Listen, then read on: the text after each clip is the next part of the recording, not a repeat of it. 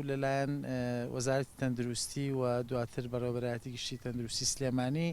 چەند حاڵەتێکی نوێی توشبووی کۆرۆنا ڕاگەیەنرایە لەو حاڵەتانە کە پیاوێکی تەمەن 80 ساڵە دانیشتووی سنووری قەزای شارباژێر گوندی وڵیاوایە. من دەست بەجێ لەگەڵ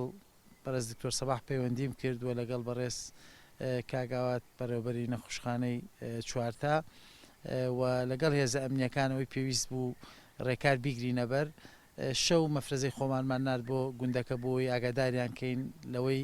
کە بەیانی نێنە دەرەوە و بەیانی تیمەکانی تەندروستیە چێتە لایەن و بەیانی زوو خۆمان لەگەڵ هەم هێزە ئەمنیەکان و هەم تیمی بەرگری شارستانی و تیمی تەندروستی و بەڕێوەبەری ناحیەی زەلان ڕۆشتینە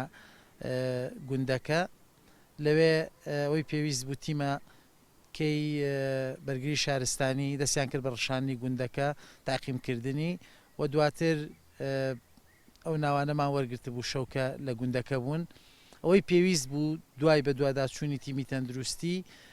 بۆمان دەرکەوت کە تەنها 11 کەس پێویست بەوە کا کەرەنتین بکرێن و دواتر تیمێکی تایبەت لە بەڕێوەبەرایەتی گشتی تەندروستی سلێمانی هات بۆ گوندەکە بە مەبەستی وەرگرتنی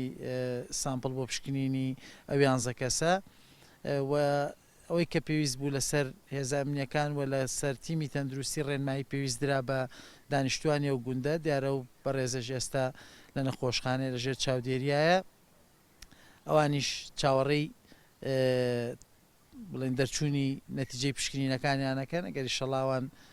نەگەتیڤ دیارە متابعاکرێن و پاش 2 هەفتە جارێکی تر